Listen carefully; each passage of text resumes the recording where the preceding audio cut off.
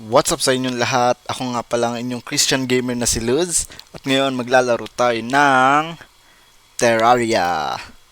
Ngayon, gusto ko nang tapusin yung pre-hard mode ng Terraria natin. Dami natin gagawin dun eh. At bago tayo magsimula, syempre, at kailangan natin laging gawin tuwing bago tayo magsimula ng playthrough, ay mag-share ako ng Bible verse sa inyo at papaliwanag ko ang aking takeaways sa Bible verse na yon. Yun lang, simulan na natin.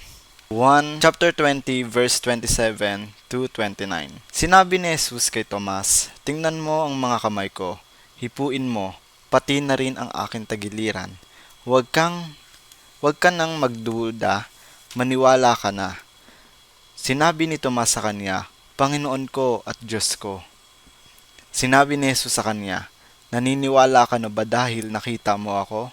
Mapalad ang mga naniniwala kahit hindi nila ako nakita." Ang takeaway ko sa Bible verse na to, kasi 'di ba sinabi ni Jesus na pinagpala ang hindi nakakakita sa kanya, ngunit naniniwala pa rin. Ang buong chapter 20 kasi about to sa yung muling pagkabuhay ni Jesus at nagpakita siya dun sa 12 disciples. Ang unang nagpakita ang Panginoon sa mga disciples ay wala dun si Tomas. And sinabi na lang nung mga disciples kay Tomas na nagpakita sa kanila si Jesus. Ito naman si Tomas hindi naniwala. And then, nung pangalawang pagkakita, naniwala na siya na totoong nabuhay muli si Jesus. At yun na. Dito, pinapakita yung faith natin kay Lord. Kasi, wala nang susukatin sa faith mo pag nakita mo mismo sa mata mo na may Lord. Hindi mo naman talaga masusukat sa yung faith mo kapag alam mo naman talaga na may Lord, na nakita mo siya talaga. Pero pag hindi mo siya nakita, like nararamdaman mo lang yung presensya niya, yung mga miracles na ginagawa niya, ay dun mababase yung paniniwala mo, yung faith mo kay Lord, kung gaano kataas at gaano katagal kang magtitiwala sa kanya. Sanabi dito ni Jesus, 'di ba, na mapalad ang mga naniniwala sa kanya. Tayo yung tinutukoy noon ni Jesus. Kasi tayo yung mga nakabasa lang ng kanyang salita pero hindi natin siya physically nakita. Ang nakakita lang sa kanya yung mga taong nandun sa mga pinuntahan nila kung saan naglibot si Jesus at yung mga disipulo niya para ihayag yung salita ng Diyos. Nasusukat doon yung yung faith natin, kung gaano ka katatag at katagal magtitiwala sa kanya kahit hindi mo siya nakikita. Kahit meron ng mga nangyayaring kaguluhan sa buhay mo, masama, like mahirap na, maraming pagsubok, ganon. Doon masusukat yung faith mo nga kay Jesus, kay Lord, kung totoo kang magtitiwala sa kanya, na hindi mo siya nakita physical, pero dahil naniniwala ka na, alam mong babaguhin niya yung landas mo kahit ganon ka nang naghihirap, ganon ka nang may hinaharap na pagsubok sa kasalukuyan mong panahon. Yon. And nawa, tuloy-tuloy lang tayong magtiwala lagi kay Lord and wag natin hayaang masira yung faith natin. Maraming nangyaring downfall natin, hindi nating inaasahan. Magtiwala pa rin tayo kay Lord. Sabi nga 'di ba dito, sinabi na ni Jesus, mas mapalad tayong hindi nakakita sa kanya ngunit naniniwala. Yun lang. Ginamit ako ng Panginoon upang ibahagi sa inyo ang salita na ito. To God be the glory. Hello guys, welcome back sa Terraria natin. Unahin natin syempre yung pagpapalevel kay Task. Pwede natin siya upgrade. Task Act 2, 96 damage. Ano yun? Okay, ready na tayo sa laban natin kay Queen Bee. Swiftness, Iron, plus Endurance. Ayun lang naman siguro, no? Ito, Beehive. Okay.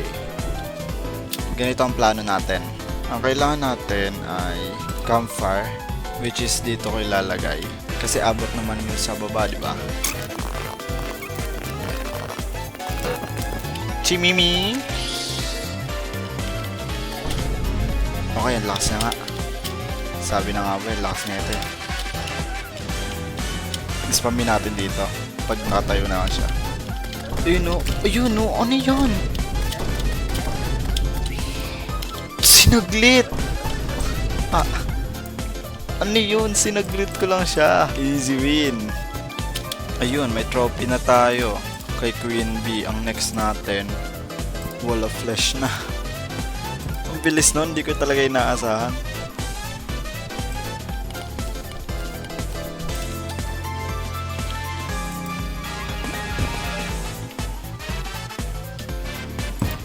Siguro gagamitin natin yung ano natin, range attack kay Wall of Flesh kasi hindi natin afford lumapit sa kanya gawa ng baka ma-stunlock tayo ng mga tentacles.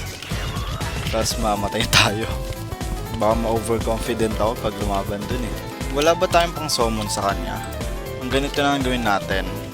Matutunan ko tayo sa mobile playthrough ko. Kuha tayo na ito, tapos lilipat natin yung guide sa baba.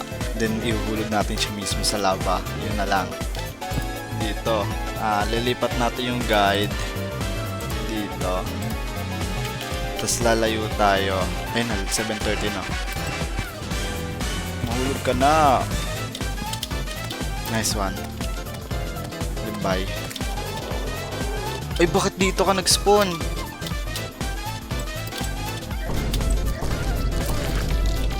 Dito nag-spawn sa kabila.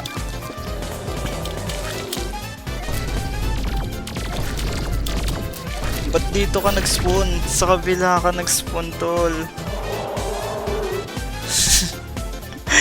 Ba't sa kabila ka nag-spawn? Ganun ba lagi yun? Hindi ba dapat dito siya mag-spawn? Eh di mali pala ginawa natin, no? Lagay na natin to habang maaga pa. Tapos ito, pack.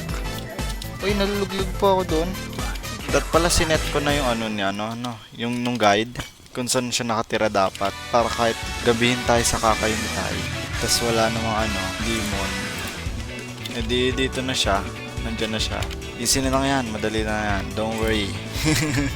Kinakabahan ako dito sa Wall of Flesh. Dito walang makakapanakit sa atin dito. Kaya safe na safe tayo. Ayun lang, hindi tayo safe dyan. Sapat na ba yung platform ko? Parang feel ko ang ikli pa eh. Kaya na siguro yan. Ayun na, move lang tayo ng konti, tas okay na. Okay, tara na, sirain na kita.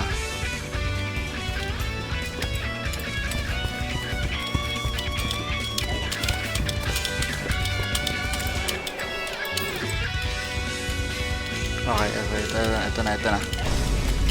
Nakakainis naman yung Bibo. Okay, tadarin mo lang.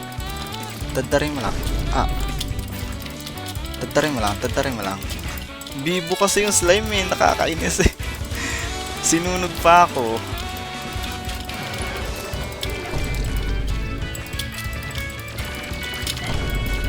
Ayan na, sabi na nga ba eh, di natin kakayanan eh.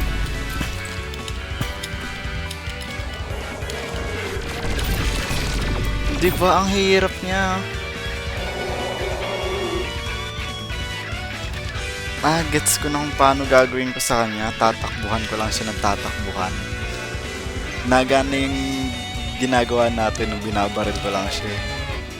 Ito na yung last ko talaga.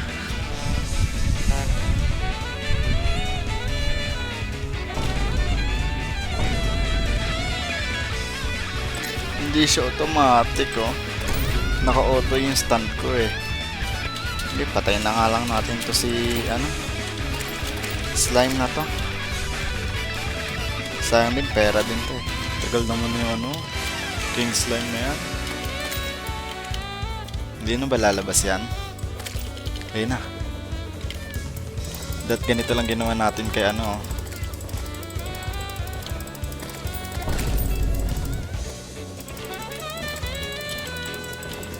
Ayan, patay na. Diba? Ganun lang ginawa ko sa kanya eh. Easy win ko lang siya dapat eh. Yan. Meron na dami na nating trophy kaagad eh. Ay, dito. Yan. Kaya to guys, don't worry. Ito na yung final laban talaga. Ayun na, 7:30 na. 7:30 na. Ayun na. Buff ka muna. Tapos i-mine mo na to. I-mine mo na. diba? Okay, nandito. Kalma. Kalma. Spamin mo. Ayun o, tiyan mo yung health bar niyo. Spamin mo lang, lose. Spamin mo lang. Kalmahan mo. Takbo lang.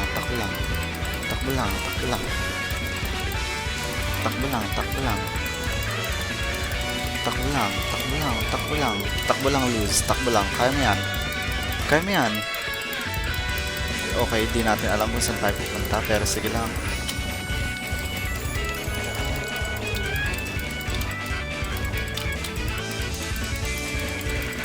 Uy, nagpa-frame drop pa, ang lala.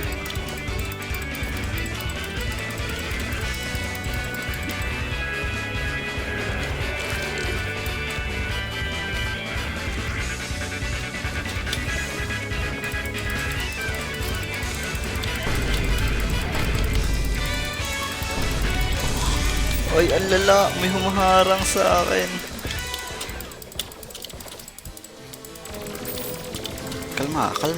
Kalma, Luz. Kaya mo yan.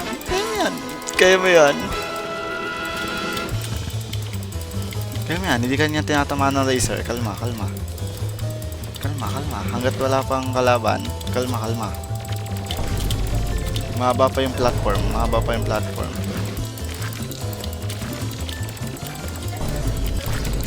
Okay, na siya.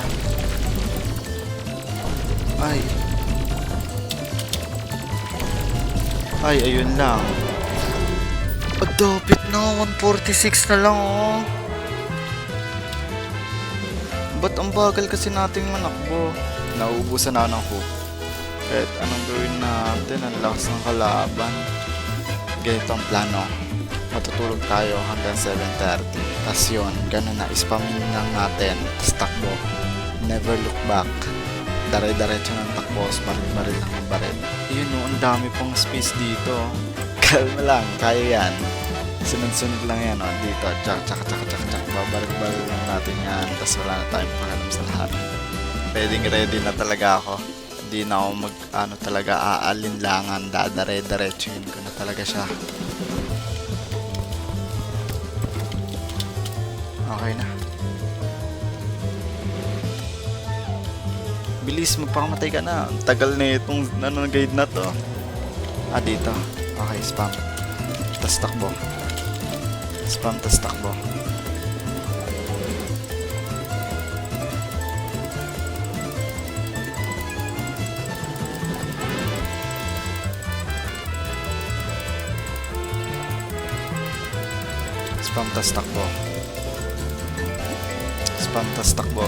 takbo lang. Sige lang. Kaya mo yan. Ayun o, kalahati na kagad buhay niyo. Spam at takbo lang. Ayun, ito na siya.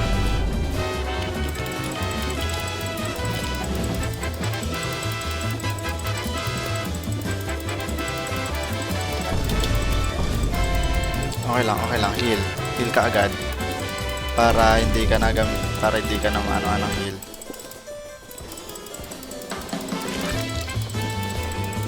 Sige, magka-catch up yan. Huwag ka tumigil, lose. Kaya mo yan. Ayun na. Konti na lang. Kaya yan. Ang sakit naman. Sige lang. Nararamdaman niya yung sakit ko. Kaya mo yan. Hahabol yan. O, diba? Hahabol yan. Uy, nagpa-frame drop pa ako. Let's go! Kahit nagpa-frame drop ako. Natapos din. It's hard. Hard mode na tayo. Welcome to hard mode. Okay, wall of rest. Relics. Let's go.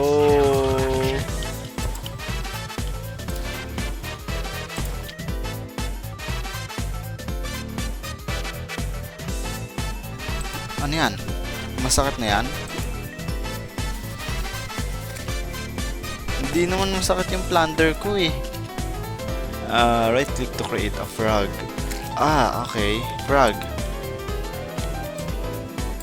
Ano meron sa frog kong yan? Dito ko ilalapag. Akala ko ganitong puno kasi lalabas. Ano ba yan? Meron ng special skip 2 seconds. Passive consecutive donut deal greater damage. The donut enemies with a powerful punch and hold right click to block off. Ang bagal niya sumuntok. Ayun yung problema sa kanya. Skip time tayo. Nangyari? May pang block ako. Uy, ang lupit. Ang ganda ng ano ko. Ay, ang ganda! Nagets ko siya. Nagets ko siya. Tiyang, ang lupet. Tingnan ko nga kung auto mo. Pwede kang auto. Kapag nasa harap mo, pwede atake mo.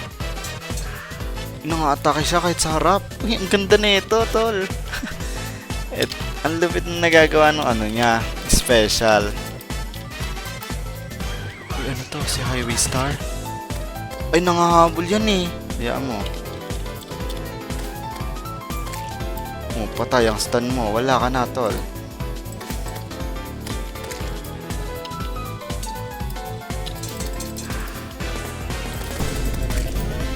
Patay ka na, Yuya.